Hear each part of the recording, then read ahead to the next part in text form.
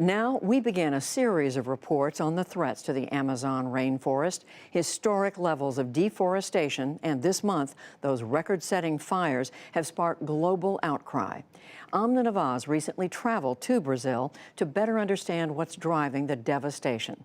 Tonight, she's back with the first report with the support of the Pulitzer Center, which examines the role played by Brazil's controversial president, Jair Bolsonaro.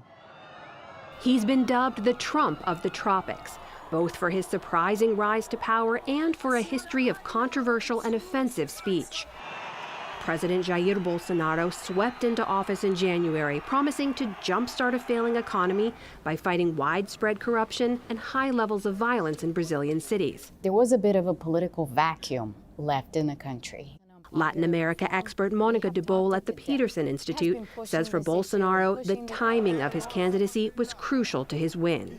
People were looking for somebody who could effectively tell them a good story about how they were going to get rid of corruption and also about how they were going to reduce crime and violence.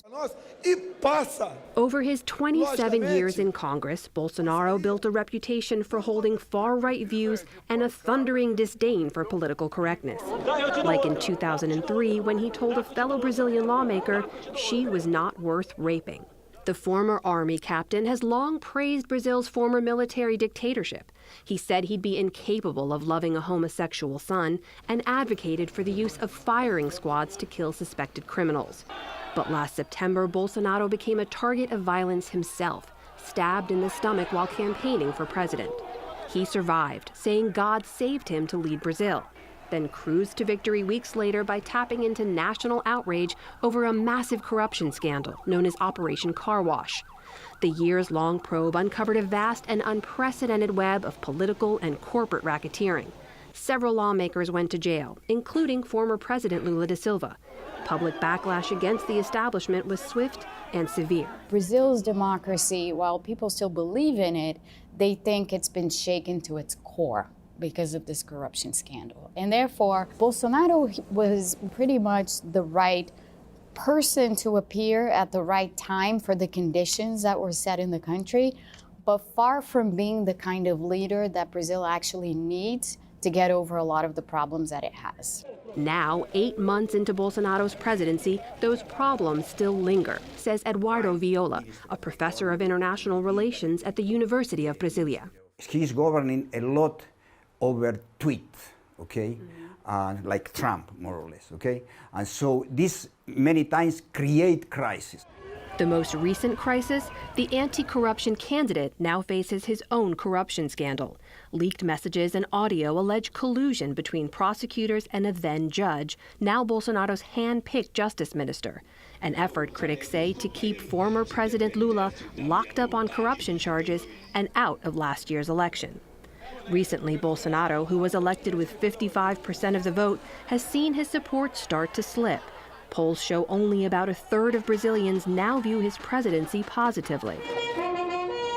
But the president still enjoys strong support and loyalty from his base.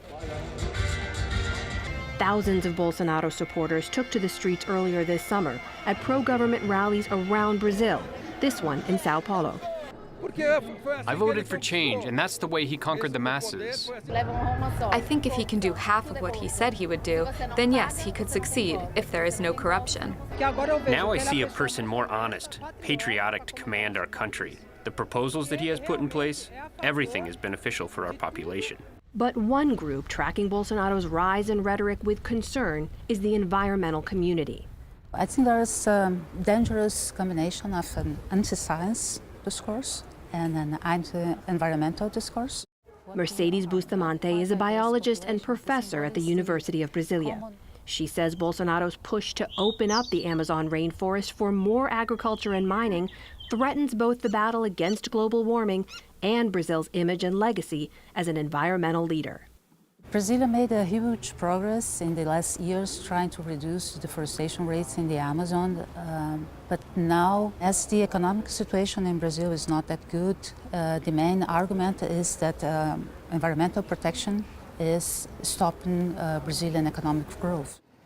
Bolsonaro's administration has already overseen historic levels of deforestation. rolling back regulations on protected areas in the Amazon, and slashing the budget of Brazil's main environmental agency by 24%. He has weakened all of the environmental agencies in Brazil that were responsible for licensing, monitoring, and just sending people out to make sure that deforestation wasn't happening. He has basically upended all of those institutions. But one policy turnaround by Bolsonaro has given environmentalists hope. His reversal on a campaign promise to pull out of the landmark Paris Climate Accord, signed by almost every nation in the world. Believe me, this is not what we need. If that pledge to pull out of the international climate agreement sounds familiar, it's because President Trump made it first. I was elected to represent the citizens of Pittsburgh, not Paris. Trump and Bolsonaro have forged an ideological bond over the last year. But we have a great alliance with Brazil, better than we've ever had before. Are the two really that similar? Yes, there are. I mean, he was a lot inspired by the Trump electoral campaign and the election of Trump and the way Trump governed. I don't think it's altogether fair to call him the Trump of the tropics because he's very much, a product of Brazilian politics. But of course, some of these similarities, in terms of tactics and his inclination to always find something else to sort of deflect the attention away from the issue that he's coming under stress for are indeed similar. Another similarity, Bolsonaro keeps his family close. His 3 adult sons are all elected officials. The most visible is Eduardo, a congressman often seen by his father's side and often serving as his foreign envoy. Last summer, he accompanied his father to Washington, D.C., in June to the G20 summit in Tokyo. How much influence does he have over his father? In terms of foreign policy, a lot. I mean, and the influence of Eduardo Bolsonaro, all the sons, is very strong, more than any other minister. Trump and Bolsonaro, they are very, very close. While in the capital city of Brasilia, I asked Congressman Eduardo Bolsonaro what similarities his father shares with President Trump. They do not care about the politically correct. So they think, they talk. The same way that they speak with their friends, they're going to speak with the press. Congressman Bolsonaro, now under consideration to be Brazil's ambassador to the United States, staunchly defends his father's past remarks, including him insulting a political rival's looks by saying she wasn't worthy of being raped. You don't deny your father said this about a woman, about a political rival? No, because she attacked first him. What about the comments about having a homosexual son? He'd never be able to love a homosexual. I'm sure if I would be a homosexual, my father would love me, for sure. There were a surge in attacks during the election against LGBTQ members here in Brazil. 2 trans women were murdered during that time, and there was a direct link to their killers being supporters of your father. Do you worry about that? No, I think my father got stabbed. He's the victim. People sometimes try to do this kind of relation. This was separate from the attack on your father, though. This was related to things that he had said. Do you think the LGBTs sent someone to stab my father? Do you? I don't know. You're saying that the word of my father has an incredible power that influences people to kill each other. So if Jair Bolsonaro starts to say that we have to love each other, do you think the murders would stop in Brazil? Do you believe your father's words carry influence?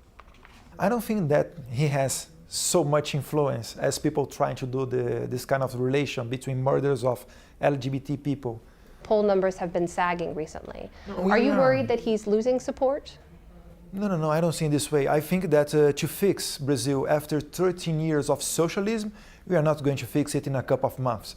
It's a long way that we have to run, and I think 4 years it will be the first step. President Bolsonaro has moved quickly to redefine Brazil's place in the world, but his moves in the Amazon are already sparking international backlash, according to Monica DeBoll. And she says the economy will determine the fate of the Bolsonaro presidency. Brazil is in a very, very delicate place right now because you have this economy that's not taking off. And, the levels of unemployed people, very high unemployment rates and rising inequality, that's obviously going to lead people to at some point think, well, we voted this guy in because we thought he was going to turn the situation around, and it's actually not happening. Bolsonaro's challenge: work within the very institutions he derides as he tries to deliver on the campaign promises that propelled him into power. For the PBS NewsHour, I'm Amna Navaz in Brasilia, Brazil.